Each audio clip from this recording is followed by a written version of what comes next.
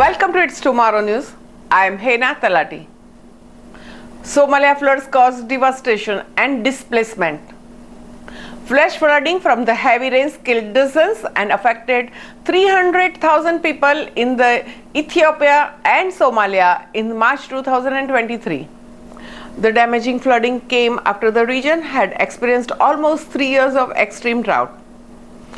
In the first 25 days of March, parts of Ethiopia received 2 to 4 inches more rain than is usual for the period, according to the report from the Crop Monitor.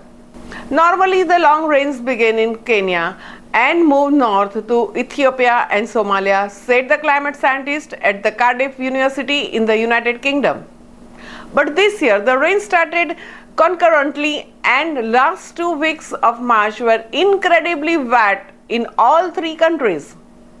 Moderate to heavy rains in the Ethiopia highlands overtopped banks of the Shabelle and Juba rivers. Home schools and health facilities were destroyed along the banks of the 2 rivers in southern Somalia and eastern Ethiopia, according to the United Nations Office for the Coordination of Humanitarian Affairs. Flooding along the Shabelle River in the Somalia region of Ethiopia was taken by the Moderate Resolution Imaging Spectrodiometer on NASA's Terra satellite. The Horn of Africa has been almost 3 years of some worst drought conditions in history. Ethiopia and Somalia have been 5 failed rainy seasons since late 2020, which have displaced 1.4 million Somalis and killed 3.8 million livestock. During this time, the Shabelle-Juba River basins saw their lowest rainfall total since 1981. This flooding doesn't just undo 3 years of drought. Her recent research into the drivers and impacts of the rainfall variability in the East Africa found that from the mid-80s to 2010, the long rains have been getting drier. In fact, the research team's analysis of the climate projections found that the short rains could deliver more rainfall than long rains by 2030-2040.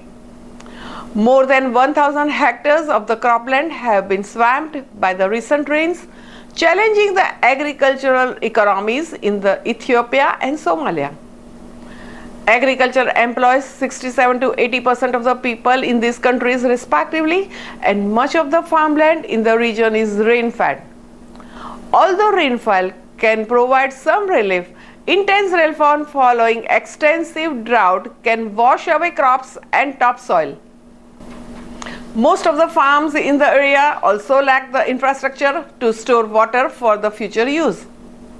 Even with the unexpectedly early and heavy rains in March, climate models project that the long rains this year will be drier than normal and drought conditions are likely to continue. That's all for now. For more news updates, stay tuned with us.